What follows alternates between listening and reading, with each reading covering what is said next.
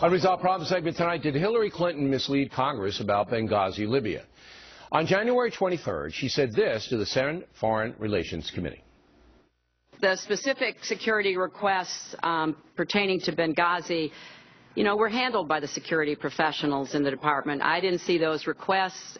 They didn't come to me. I didn't approve them. I didn't deny them. But now some Republicans are saying Mrs. Clinton misled everybody.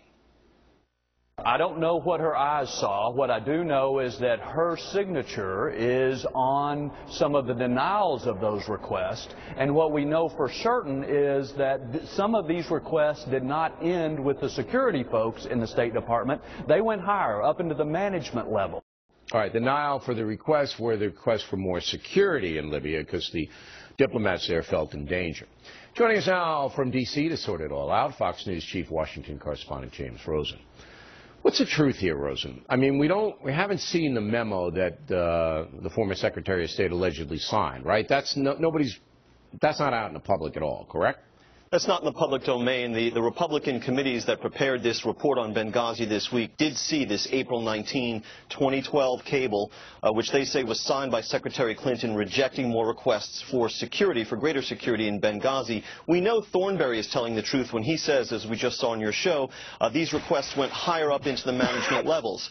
They went all the way up to the assistant secretary level, at least. What we don't know is whether Secretary Clinton is telling the truth when she says she never saw him. The White House said today, Jay Carney, the White House press secretary, that yes, it is standard protocol that all cables going out from the Department of State in Foggy Bottom here in Washington, quote unquote, carry the signature of the Secretary of State as a matter of formality. Her name is typed there, but he repeated that it only went to the secretary, the assistant secretary level. So it's auto-penned signature, not Hillary Clinton taking the no-spin pen and putting it on. Yeah, that's the apparent claim. But let me tell you this about this report by the House Republicans. I think they let Secretary of State Clinton off the hook in a very key respect. She told the Senate Foreign Relations Committee during that sworn testimony back in January that she was aware of no reports prior to the ambassador to the UN, Susan Rice, going on television on September 16, the famous tour of the Sunday show. She, Secretary Clinton, was aware of no reports that stated anything to the contrary to what Ambassador Rice said, which was this was a spontaneous protest that got out of hand, in essence.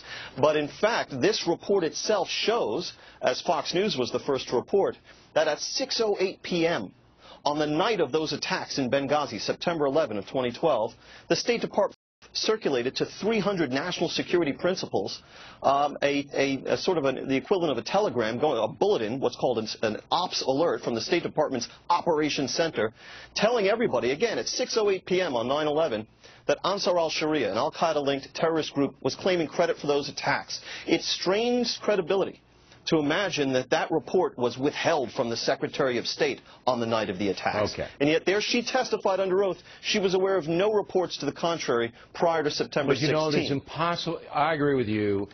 It strains credulity to think that Mrs. Clinton would not see a vital op like that goes out the night our ambassador is assassinated.